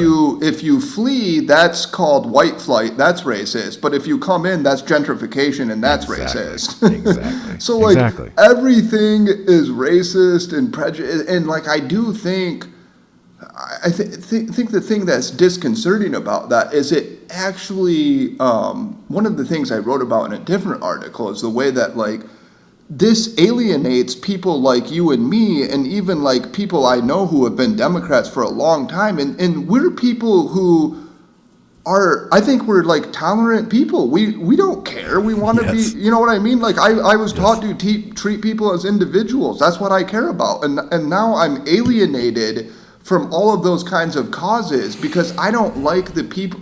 It's not I don't like the people. I don't like the ideology that's infected those causes. And the right. Endless diversity is great mantra. You know what? No, let's be honest about it. Sometimes it's bad. Sometimes it's hard. Some people want to preserve the culture that they have, and they feel good about that, and that's okay. And that's okay. Right, that's exactly. Right. It's okay. If you live in rural Iowa and you want your society, your community to stay the same, good for you. I understand that. And you should be able to have those feelings, and that's perfectly legitimate. And it's interesting. I wrote that it didn't take off, and I'll admit I was a little depressed about it. I wrote this article.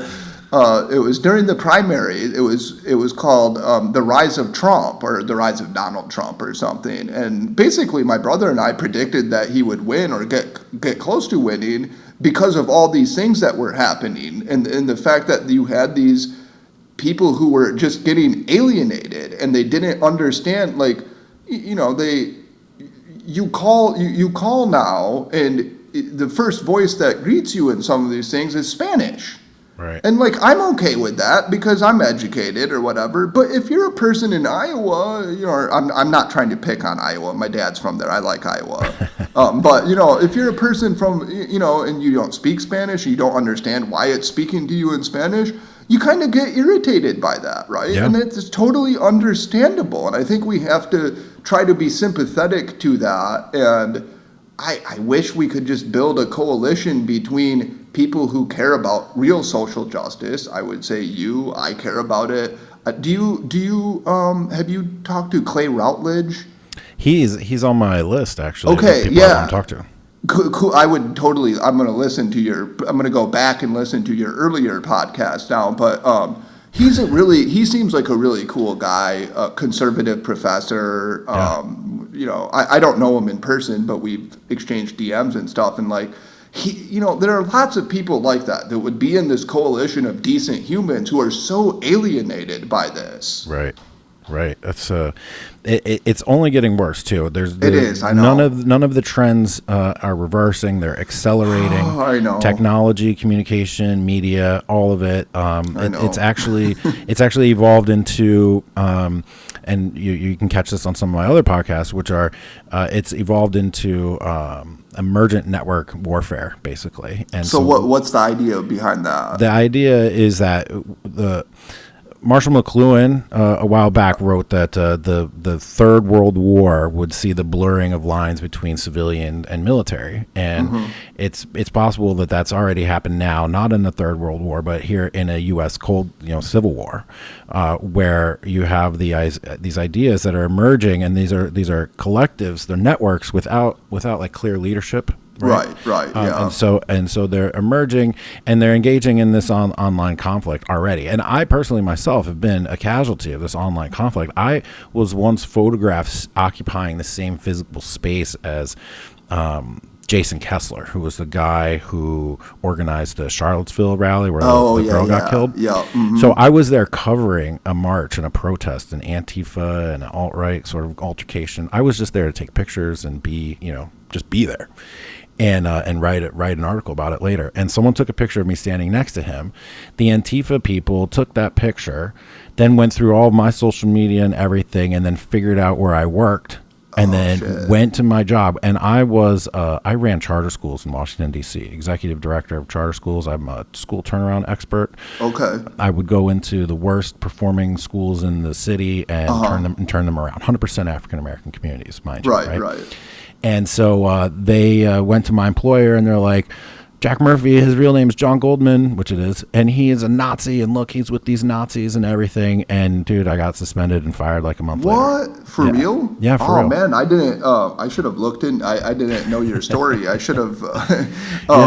So Jack Murphy was like your online persona. Yeah, my full name's John Murphy Goldman, and I'm named after my grandfather, John Murphy, and everybody called him Jack. So it's pretty. Is that Jewish? Is that a Jewish I'm half name? Jewish. I'm half Jewish. Okay. I'm a half Jew, Nazi racist that helped poor black kids in the inner city get better education. Right. And you know what? That's exactly what I'm talking about. That's so despicable. That they look like why go after somebody like you? What is the point of that? Like, there are actual people who are bad in the world, no doubt. Right. But like, another thing that I've talked to people about this a lot is just like this obsession with racism in general. It's just like, look, everybody is what Trump said racist. Is it racist? Is it racist? Look, there are lots of things that are bad that aren't racist, right? And like, we can just say that's bad. And conversely, there might be some things that are justifiable that are racist. Like, racism's not the worst sin in the universe. And it's so weird that we're just like so obsessed with, is that racist? Is it racist to say there are race differences? Is it racist to say that, and it's such a counterproductive discourse. Is that racist? Is that racist? It's like, right. It's like the new national motto, right? It really is. It's just this obsession. And I'm like, look, like, is that really forwarding our discourse at all? I don't think that it is. No, the woke is actually really regressive. It's really it's like backwards and non-productive. It is. It really is. It's interesting, isn't it? Because it is like this sort of it's a reactionary, regressive, like moral fanaticism. Yeah. Right. That's like again, it's this kind of moral fanaticism that is really unfortunate. And now, like, there are. To be clear, and I think it's important to be fair to some people, there are people who are progressive who are perfectly reasonable, right? Yes. And I have progressive friends. Probably most. But yeah, exactly. Probably most of them. And I have protracted debates with them, and it's fun, and they disagree with me and I disagree with them, and that's fine. That's how we should do things. That's legitimate online debate. What we shouldn't be doing is doxing people, right? Getting them suspended and fired, calling people names, calling for their jobs. You know how many people I've had say, how do you have a job at a college? How does a college employ you? And I'm just worried that they're going to send an email and that's going to be that. You know what I mean? Yeah. Right? And that's not how that's not how we should handle things, right? No. Well, of course, it sort of reveals the fundamental contradiction in the diversity arguments, which is no diversity of opinion, no diversity of thought. Right. Diversity is cool if we all agree on like progressivism, right? Which is the deep irony of the whole thing, because the overall or the hypocrisy, really, the overall intent of diversity, right, is to surface the best, right?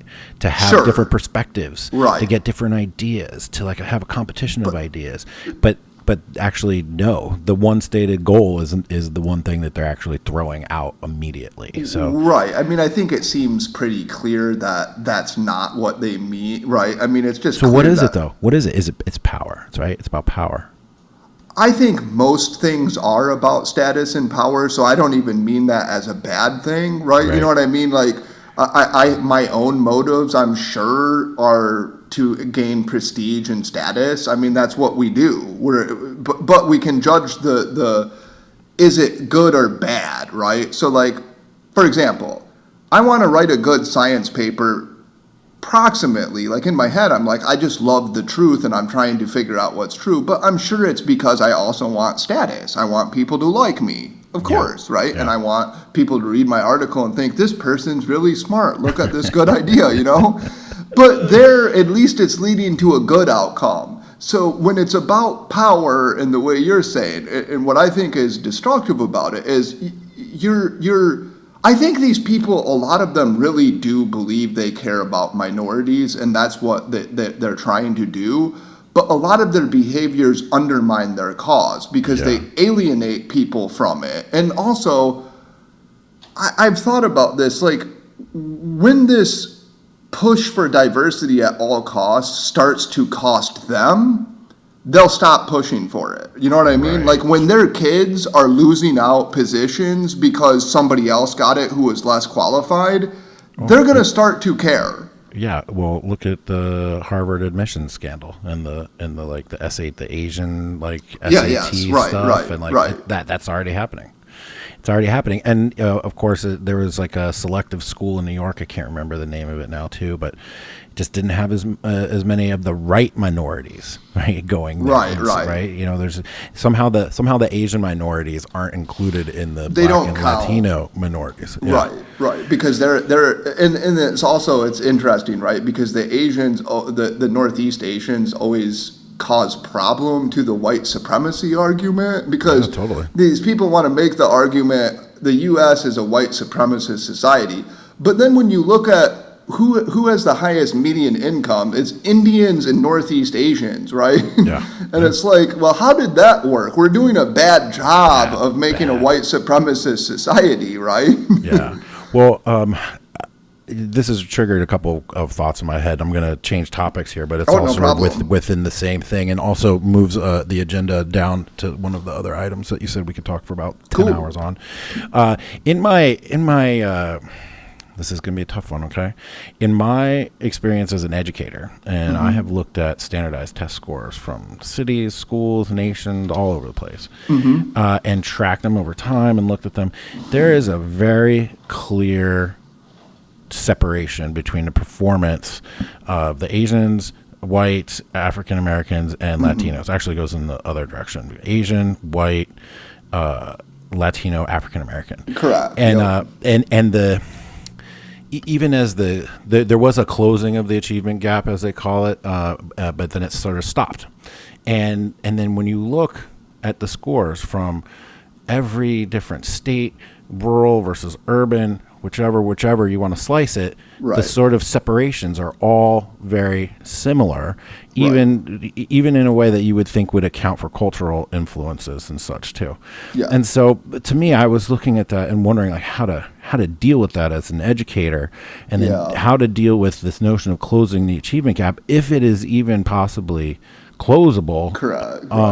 And so I'm looking at my notes here. I've got Quillette, I've got Nassim Taleb, I've got Hierarchies, IQ. I got all this stuff. So I was just thinking about it all together.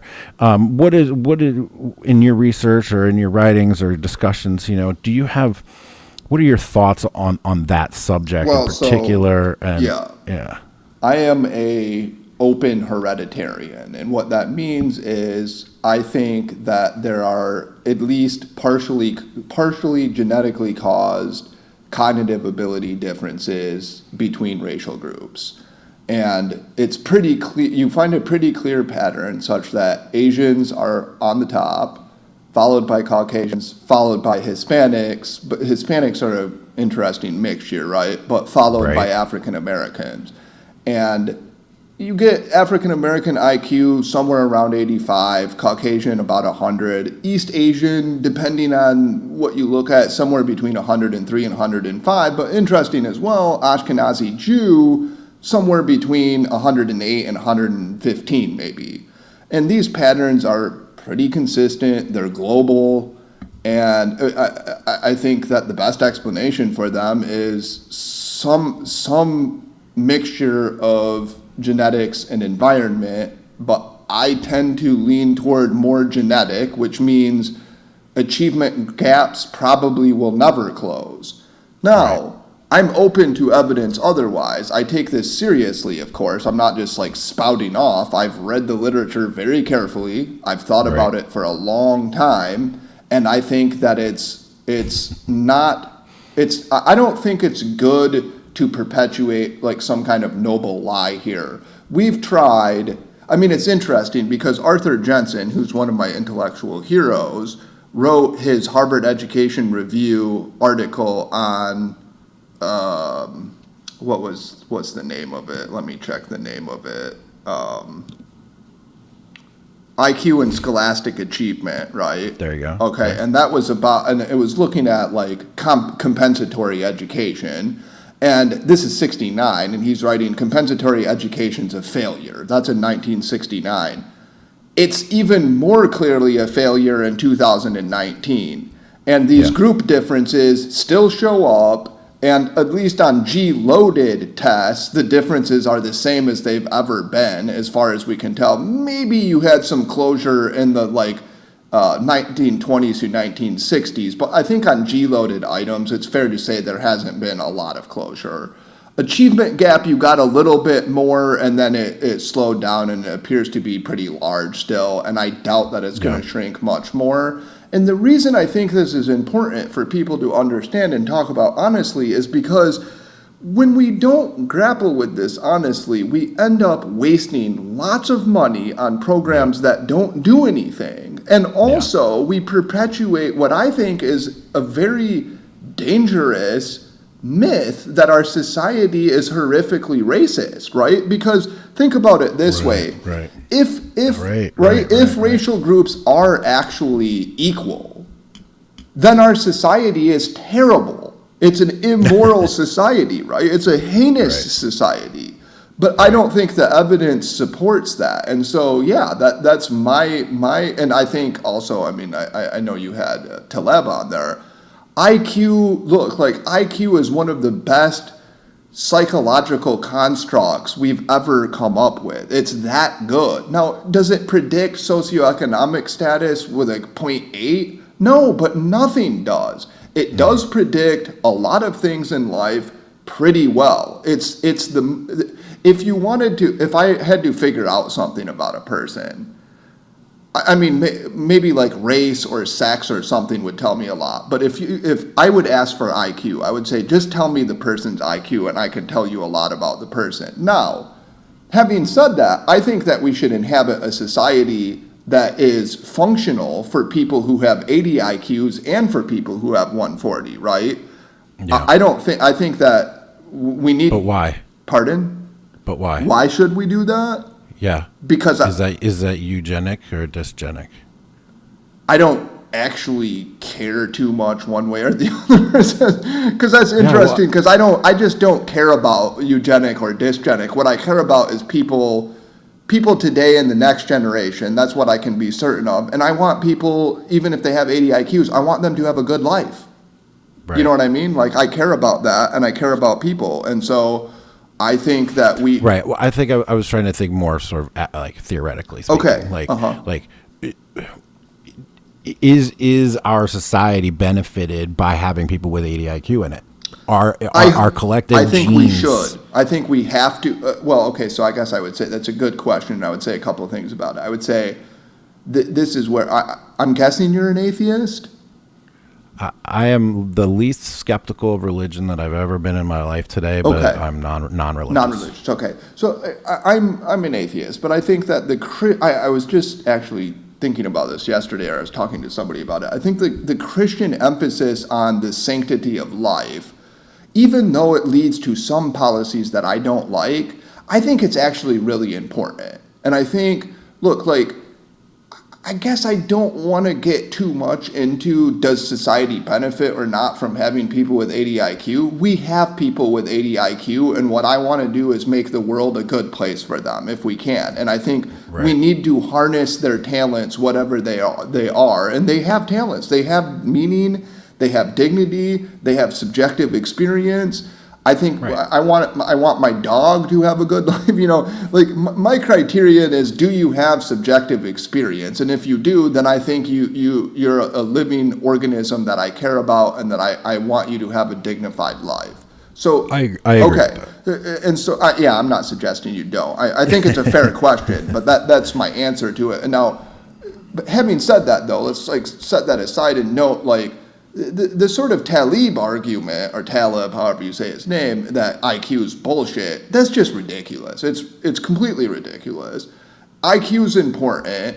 It tells us something about a person's ability to succeed, especially in education and high cognitively demanding jobs. And so I think we have to accept group differences and deal with them more maturely than we have for the past 50, 60 years, right? I think what we've done has been an incredible embarrassment. It maybe has made white liberals feel better about themselves, but it actually hasn't improved anything in society. Right. So that I mean, to me, that's the real rub is like, what do we do with the data, the information? When finally one day somebody is like, okay, it's proven there are IQ differences by race and blah, blah, blah, and all these things. What do we do then? And how do we use this information to help people? Well, I mean... and then, again, and I keep coming back to this, like, where is my loyalty? Is my loyalty to, like, me and my specific set of genes, or, like, the gene pool at large? What is the most important thing? And I'm throwing a bunch of things out there. Yeah, I think the most important thing, the thing that I take the most meaning in is sort of like culture, Anglo culture. And I want to be clear again about Anglo culture. I don't mean, Denzel Washington's a member of Anglo culture, right? It doesn't mean you have to be pasty white, right? But I mean, that's what means something to me. And I want to preserve that, and I want to make sure that it's been a very successful culture, and that's important to me. And do you think that same culture is best and would be as important to all the peoples of the world, even the ones that evolved in their isolated continents? Exactly. So I don't think I don't think the Hadza in Africa need to be members of Anglo societies, right? I think they're doing fine with their own culture, and that's okay. Yeah. I'm a cultural pluralist. Yeah. Okay. Cultural pluralist, but yet Western Anglo is the one that you want to preserve. That's the one that I like and that I care about. Yeah. So it's a good way to explain it is to think about, I mean, this is not a perfect analogy, but think of like cuisines, for example. So like I like a lot of different cuisines, but maybe I'm more attached to one kind of cuisine, but that doesn't mean I want other cuisines to disappear. I suppose, but if those other cuisines made you sick and killed you, you probably would, right? Yeah, well, that's different. So if we're talking about culture, like, I have no problem attempting to obliterate the Nazi regime, right? That's a culture that I don't want to thrive. Or Soviet communism. That's a culture I don't want to thrive. But I think it's... What about contemporary China? You know what? Like the honest truth is I don't know enough about it to comment terribly intelligently. I've attempted to like go over Chinese history, and I basically end at on the weekend. Well, it's because I think to myself, I'm like, it's really important. China is becoming a major player, right? And so I want to understand China, like the history of China and their culture, but tell you the truth, I basically end at the Mao era because it's the most interesting to me, and I honestly just don't know enough about it to comment intelligently. Right, but let's just make a sweeping generalization to say that they're open to more of collective thinking and action than we are, and inclined to use totalitarian tactics to get there. Yes. And at the same time, have been responsible for like eliminating the greatest number of people out of poverty in the last like 40 years. Yeah, so right, so it's kind of a mixed bag, right? And it's hard because I've talked to Chinese exchange students who are, I mean, certainly their attitudes are different from mine. So I remember one of the Chinese exchange students I talked to, she defended internet censorship. She just thought it was perfectly reasonable to censor the internet. And you know what? Like, if enough people are kind of okay with that, then I'm okay with that. But I want to be clear that I just don't know enough. I'd have to know more to comment intelligently. I do think, however, that whatever society they create will likely be more collectivistic than a European society, and that probably is fine, and that's probably more tailored to the traits that they have, right? It's just that I personally care about Anglo culture, so that's what I like and what I'd like to preserve. So about the gene pool, I guess what I would say is I hope that the future of Anglo culture is consistent with a Christian ethic about the importance of all life, and we don't have to talk about like genes in that way. I'm pro embryo selection and genetic enhancement, but I'm not pro any coercive, anything discouraging people from breeding if they want to, or obviously sterilization, etc. I would oppose that with a lot of might. I don't think that that's a very productive route to take. Right. But I do think, I think immigration restrictionism is probably an important component of preserving the culture, and that's something that makes me sympathetic to, the Stephen Millers of the world, right? the sort of Trump view of immigration I'm pretty on board with, and it also alienates me from a lot of people who would otherwise defend me who don't like that. Right. And what is it about restricted immigration that appeals to your sense as an evolutionary psychologist, somebody who's interested in preserving Western values and ideals and Christian-based, faith in life? And you call it Anglo society. I mean, truly, it's really like Christian society, and I'm not a Christian. Anglo-Christian, yeah, absolutely. We live in a Christian society. Yeah. Like, there's no question about it. Yeah. So, what about restrictive immigration appeals to that sense in you? Well, I think that there are a couple of things. So first is that people are different, right? It's clearly the case that people are different. Now, again, that doesn't mean that people can't participate in Anglo culture who aren't Anglo-Saxon, right? They can, and I'm 100% for that. And the people who are here, we have to treat with 100% citizenship, equal rights, and never even threaten like deporting or getting rid of anybody. But that doesn't mean we need to let more people in who might not share the cultural values that we have or might have slight personality differences that don't promote that culture. I don't think there's anything wrong with, immigration laws. I don't know. I'm going to challenge you on that right there. Okay. All right. I think you're making subjective, whatever. You're determining good or bad of culture. You're saying this is good and this is bad in some degree. And you're attributing the culture to people's innate characteristics and then saying, I like to preserve my culture, good, and I don't want it to be changed with the bad. So we're going to keep those people out. Is that, it's a very pithy way of saying complex and nuanced argument, but it's a pithy way that makes it sound bad. Right.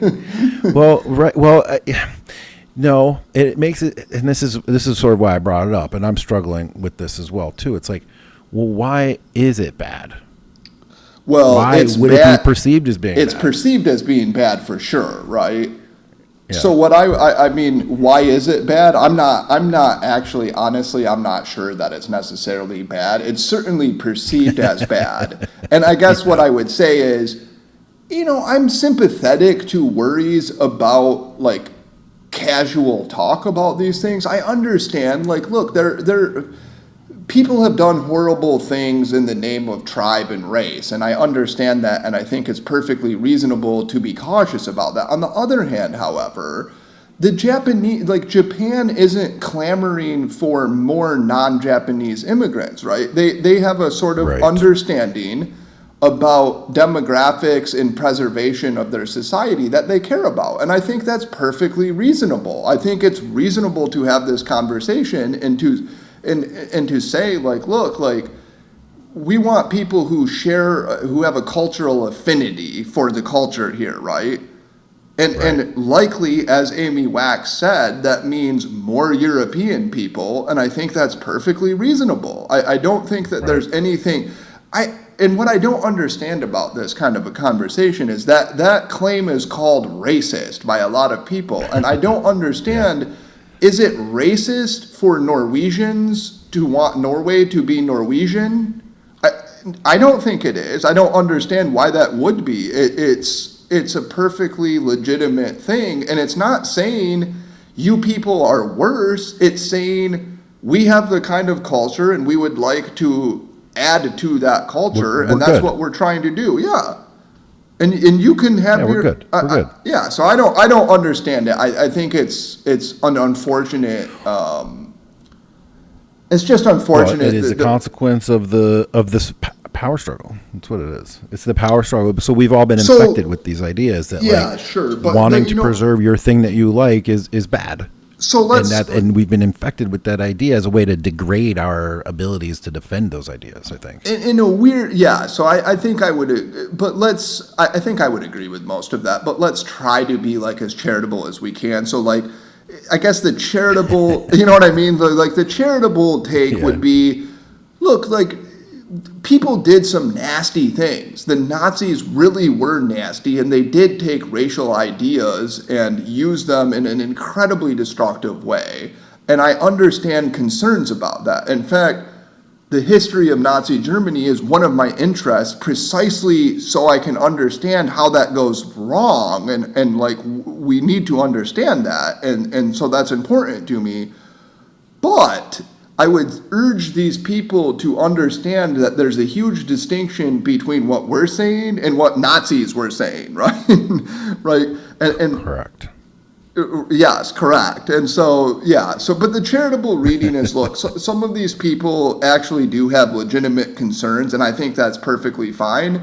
Let's have a conversation about it, though. Don't shut it down by calling somebody who wants to restrict immigration to 500,000 and who think that we should be allowing in immigrants who are highly educated and who share cultural affinity with our culture. Don't call that racist, because it's not.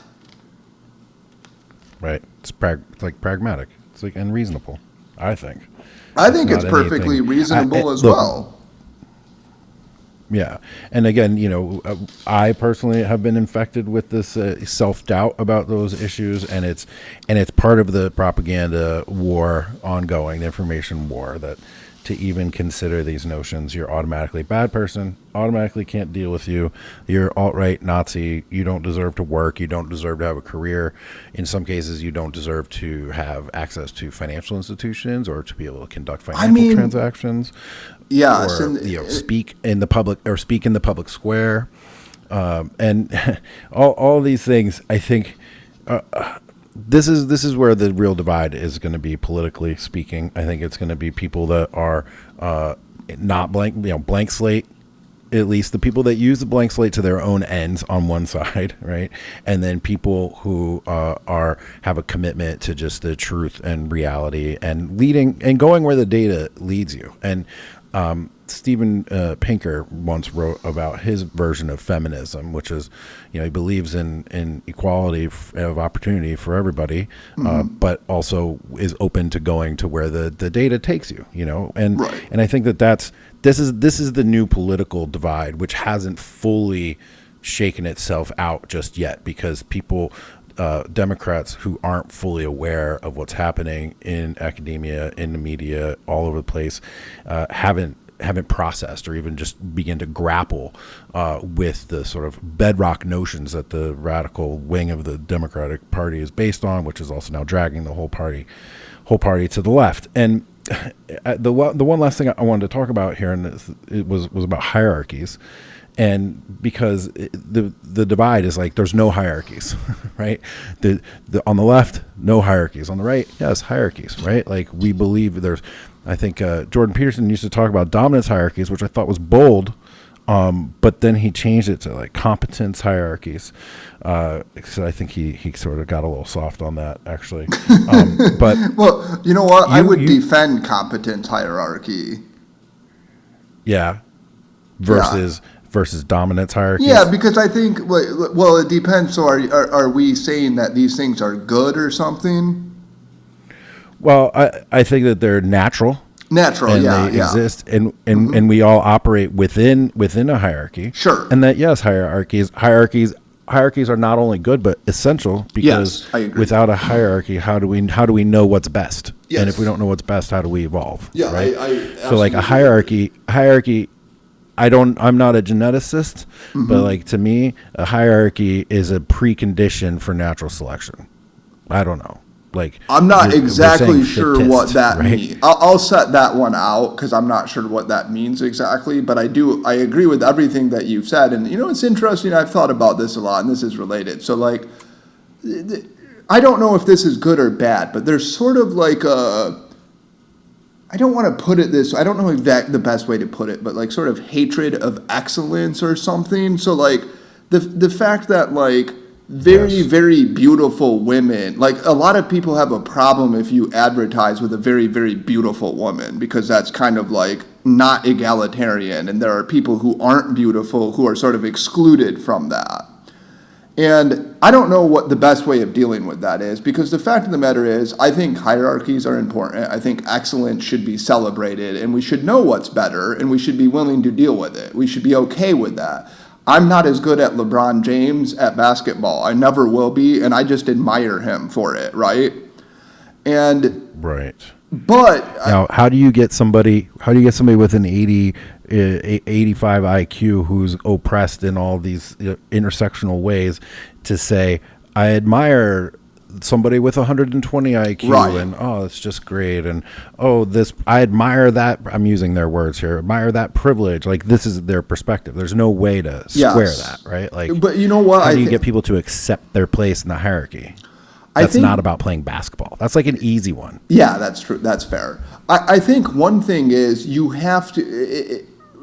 I will say there is partially a failure of our society, I think, is that we need those people to have a dignified place in the hierarchy. And another thing that I will criticize elite progressives for is they ridicule the kind of jobs that actually give meaning to somebody's life like that. They ridicule construction workers and Walmart workers and the factory people. Yes. And so there's like this elitism that actually contradicts their stated goal of helping the downtrodden, right? At least old school socialists really did care about the union workers, right? And they did care about like these sort of factory workers. The new progressives are actually like basically elitist who look down their noses at them. And I think that's too bad, because I think we should celebrate somebody who's working at Walmart and trying to take care of his or her business. And we need those people, and we should be thankful for them to some degree. And I think it's important to recognize that and to value that. And I think if we did, some of this feeling of some of this oppression Olympics would dissipate at least a bit, because if you feel as though you're a valued member of the community, it's easier to look up to people in the hierarchy, right? It's easier to look up to somebody who's above you, as long as you feel as though you're making a meaningful contribution, and say, yeah, that person's above me, but I'm a part of this coalition and they need me. There's a certain lack of empathy, I think, built into progressivism, which is kind of ironic, and I think that people who are aware of hierarchies, appreciate them, operate within them, understand their place in the hierarchy. Like, I'm generally the biggest guy around. I'm 6'4", 250. I'm naturally sort of dominant, and when I don't even ask for leadership and such in group settings. It's just like a task gets laid before the group, and everyone's head just kind of turns to me, right? Because I'm the tallest and I'm the biggest and whatever, and I have a big beard. But I also know when I'm in the presence of people that have more power and like deserve it, and it's like I admire and respect those people, right? And it's easy for me to say that because I am sort of higher up in the hierarchy itself, but like. There has to be an appreciation for all of those around you, above you, and understanding that you're operating within a system. I mean, I think this is something I think about a lot, honestly. And like, I think one of the reason, this sounds kind of silly, but one of the reasons zombie apocalypse movies appeal to me is because you can kind of see you get this meaningful group in which people will defer to the person who's better because their lives depend on it. And that gives people meaning. You know, they don't, it sort of it cuts against, it chisels away the envy people would feel, right? And so I think to be fair, we should think about what we were saying about sexual redistribution and economic redistribution. It's understandable that if you're at the bottom of a hierarchy, you would be a little bit bitter and envious. I totally get that. But when you feel as though you're in a hierarchy that's accomplishing something, and you're working together with the hierarchy, then you can get rid of that. And that's why I like nationalism. That's why nationalism appeals to me, because you can have this sense that, you know what, I'm not a billionaire. I didn't make the iPhone. I'm not writing articles, but I'm an American and I'm contributing to America and I love my country and that's meaningful. And this is why the progressive attack on nationalism bothers me, because you're taking away the meaning from these people you're making fun of them. Essentially, you're making fun of them by making fun of the nationalism and taking pride in your country. You know what I mean? Right. Well, and that attack is coming from all fronts. I mean, New York Times just recently sort of restating American history back to all slavery, everything America. Yeah, I saw that. Right. Race, we should be ashamed of our country. Yeah. Right. And if you're proud of it, well, then you're now a Nazi. Yeah. I love it how it all wraps up together just like that. Well, listen, Bo, we have covered just a million different topics, but I feel like they're all threaded together in a way that sort of provides sort of a coherent worldview. And in talking to you, it only confirmed the fact that we see just a tremendous amount of these key subjects the same way. And I really respect and admire the work that you've done. And I really look forward to reading more and talking with you more. It's interesting to me that I and the people, my audience, we really like evolutionary psychologists. And we really like the field because it seems to make a lot of sense. And it's also seems to be apolitical and outside of the fray, even though just by paying attention to Evo Psych, you're basically it's a politicized thing anyway, because the left obviously is eschewing all of this actual reality and evolution and stuff. But I really just want to say thanks. I mean, it's been 2 hours, and I'm gonna let you go. There are whole subjects that we didn't get to, which I would love to talk to you about again, especially when it comes to your writing on masculinity and dominance hierarchies and the mating markets and such like that, because that's really where I got my start writing, was understanding and learning about the dating markets from the ground up. And then I started this whole journey learning about dating, and then all the way up to these concepts that we're talking about now and how they're all related. So very cool. Bo, thank you very, very, very much for coming. Yeah, absolutely. Where can people find you? What's the best way to see your work? Like, give a little shout out here. Can find me on Twitter. I think I'm EPO187 is my handle. Okay. And then if you EPO187. Yeah, I think so. And then if you want peer-reviewed articles, my ResearchGate is the best place to go. I've also written Winegard at ResearchGate. Yeah, and then I've written maybe 10 articles at Quillette or something. Okay. So if you Great. search, well, there's a lot of good stuff there. Yeah, there's also other good articles, but mine are of course the best, right? No doubt about it. That's why you wrote them, to get that recognition. That's right. But again, thank you so much, man. We Thank covered you. a lot of great stuff. I know everybody is going to really enjoy this one. Awesome. And I will follow up with you again. Hopefully we can do this again. I would love to anytime. Thank you very much.